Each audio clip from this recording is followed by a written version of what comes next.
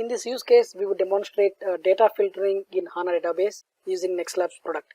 So it is often a requirement that data needs to be filtered based on users' permissions, and it always makes sense to filter the data at the database level, so that irrespective of the client that is used, whether people are using PowerBI, Tableau, or any other visualization or reporting tool, the permissions are taken care at the database level itself.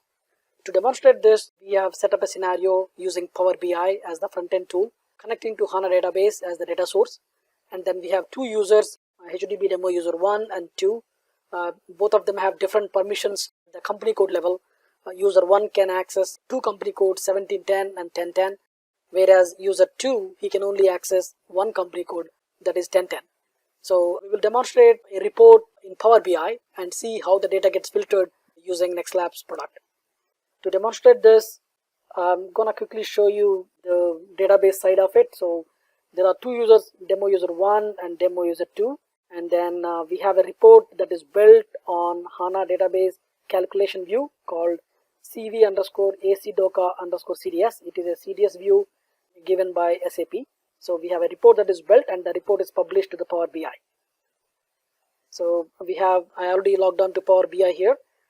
To demonstrate this, we have a report in Power BI called Financial Postings by CC.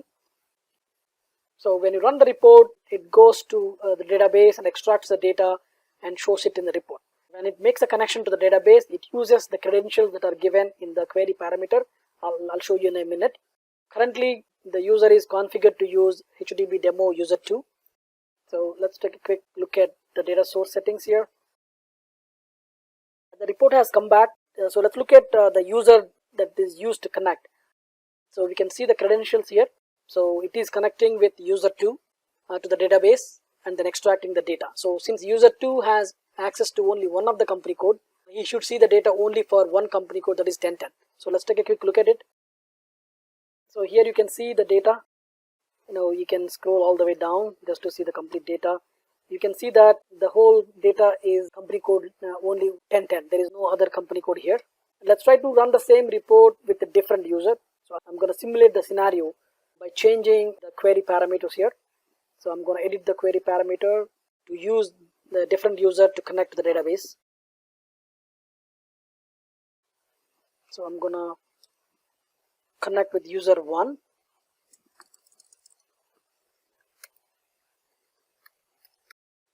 Now I'm going to refresh. Once I update my query parameter, I'm going to refresh the report to see what the data looks like for a user 1. So in the real scenario, even though I tried to change the query parameters in one Power BI session, but in real scenario, you have two different users using their own Power BI applications and systems. So they don't need to log in separately. They have logged on themselves already. So if you look at the report for user 1 here, so I can see company code 1010. I just scroll down. I can also see the data for 1710. So in this way, you can see that user 1 is able to see two company codes and user 2 is only seeing one company code.